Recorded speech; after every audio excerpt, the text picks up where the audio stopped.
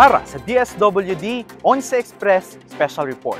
Hapit na gyud mahuman ang mga SFRs kung small farm reservoirs nga gikalot sa mga benepisyaryo sa Project Lawa kung local adaptation to water access diri sa munisipyo sa Moncayo, Davao de Oro. Samtang ang mga SFRs sa Compostela, Davao de Oro gisugda na usab og kalot. Para sa kompleto nga detalye, makauban nato karon ang Project Lawa Focal sa Department of Social Welfare and Development Field Office 11 nga si Karen Gayona. Karen?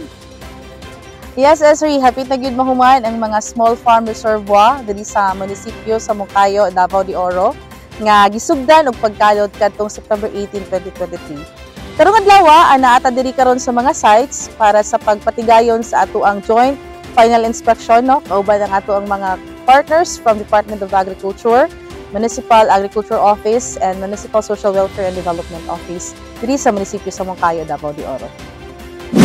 Human sa 15 dias nga gihatag sa mga benepisyaryo aron sa paghuman sa mga small farm reservoirs pinaagi sa Cash for Work and Training sa Project Lawa implementation sa Davao de Oro, mahuman na gyud karong simanaha ang pagkalot sa maong mga SFRs diri sa Moncayo. Uban si Engineer Elor James Opero sa Department of Agriculture Region 11 og ang Project Lawa Team Moncayo nagilangkuban sa Municipal Social Welfare and Development Office, Municipal Disaster Risk Reduction and Management Office, ug Municipal Agriculture's Office ug Moncayo Mayor's Office atong giadto ang maong mga sites karong adlaw, October 4, 2023 para sa joint final inspection. Joint final inspection kauban nato ang DSWD 11, DA Region 11, LGU Moncayo atong ginatan-aw, gina-inspect ang small farm reservoir. Ginatan-aw nato ang program of works nga naa diri karon, ang excavation ug mga minor works like fencing, clearing, and pagpile sa mga sako.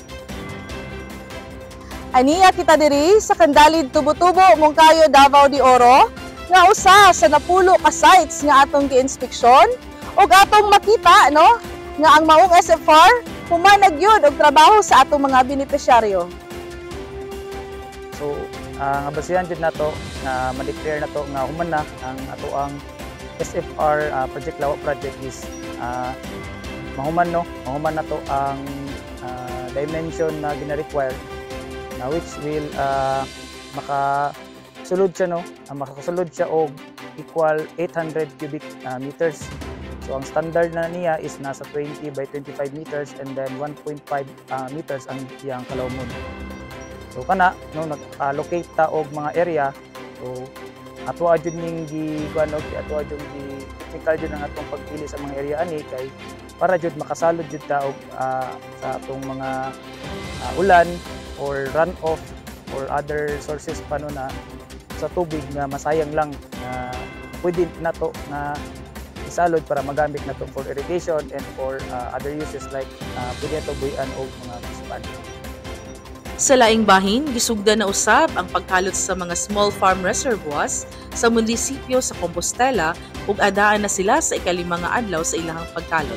Samtang sa munisipyo sa Laak, itakda ang orientation sa mga benepisyaryo karong bulana. Esri, pagkahuman sa 15 dias nga pagkalot sa mga munisipyo nga nalangkob sa maong pilot implementation, ipatigayon sad usab sa DSWD Field Office 11 ang pag-payout sa ato ang Cash for Work, Cash for Training sa mga beneficiaries sa Project Lawa. O kana lang ang mga updates sa Project Lawa. Ako si Karen Gayonan, balik sa imuha SG.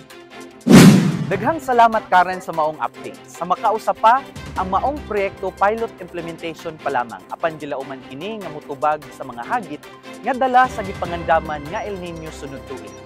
Ini si Ezri M. Codo Jr. para sa DSWD 11 Express Special Report.